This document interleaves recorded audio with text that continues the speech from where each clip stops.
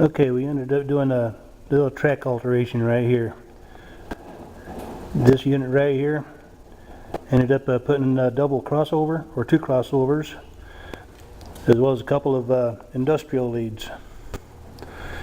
So we got a one right here, goes from the inside to the outside track here, and then the outside back to the inside here. Looking this way,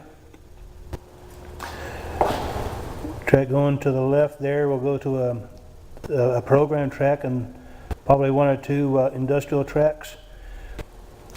And coming from the other way, the switch to the inside here will go to one or two industrial service tracks there.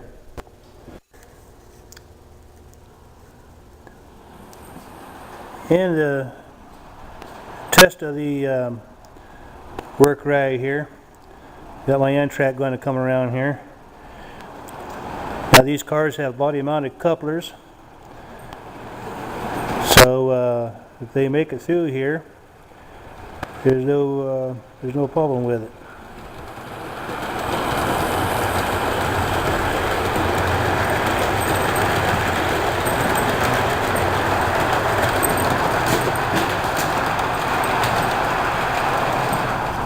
Did pretty good that way. And now for a reverse move, back up.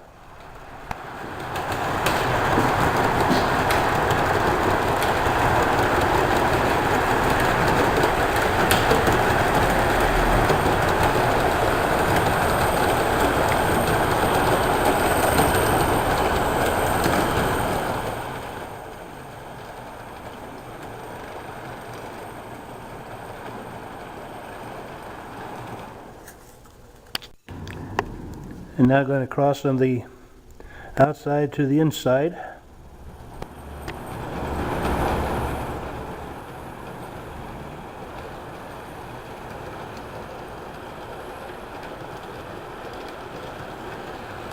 Which does real good.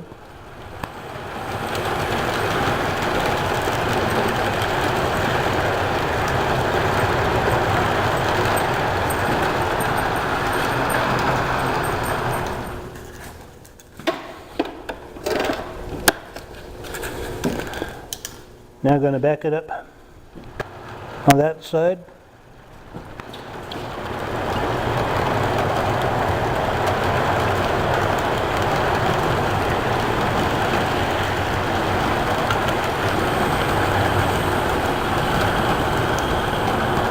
And Superliners wobble because they're the old Concord and they got that little push pin that holds the trucks on, so you can't really get them too snug there, and eventually going to do screws or something eventually.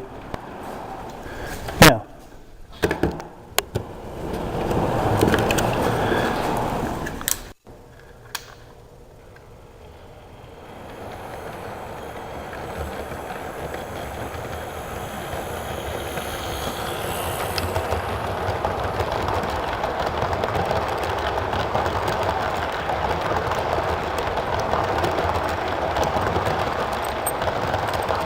there, made it good that time.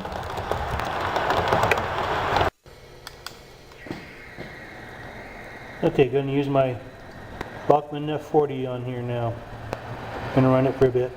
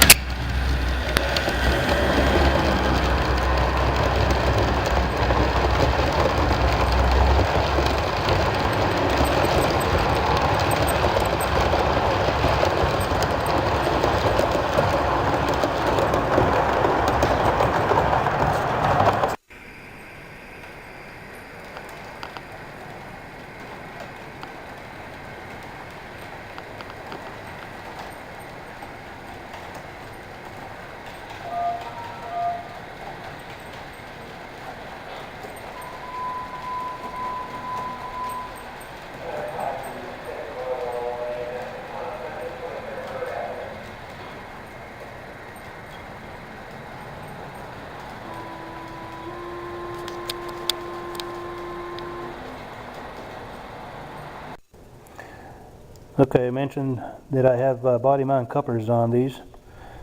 As you can see, the trucks that come with here, I pulled that coupler extension out of there, and they got the old pins here that hold the trucks on, so that's why they're kind of wobbly, because they're not a snug fit. I'm eventually going to do something about that. Now the coupler just has a spacer between the body and the coupler box, and then the coupler is mounted in such a way where the knuckle itself, the coupler and the knuckle is kind of directly under the diaphragm. Now on the other end, I have an old dummy coupler. When I got the Basic 5 Concord superliners many years ago, they were all interjoined here with dummy couplers, since they wouldn't have been interchanged, and only on the one end of the sleeper and the end of the coach baggage here would have had the knuckle coupler, operating coupler. The rest of them were all dummy couples. Now this car here was a kit car. I don't remember who it was that put it out. I picked it up a few years ago at a train show. But it's a transition car. This is actually one of the Santa Fe El Capitans, which I repainted in decal here for Amtrak. It's got the low-level coupler, or low-level diaphragm here, and the high-level diaphragm to match up with the superliners. I usually do this here at the end of the train here, where I go from superliner sleeper to amp-fleet or something else. Now this here is just Bachmann Spectrum F40 PH. You might have noticed when it was running here, it had the strobes flashing on it. And this one here is an Atlas B30, whatever it was, I don't recall offhand, but it's got the Pepsi stripes as they're referred to. And this one here was DCC ready, and it's got the decoder in it, so this one here has the DCC in it, and my Spectrum does not have a DCC yet. Going to kind of see the crossover going the other way now.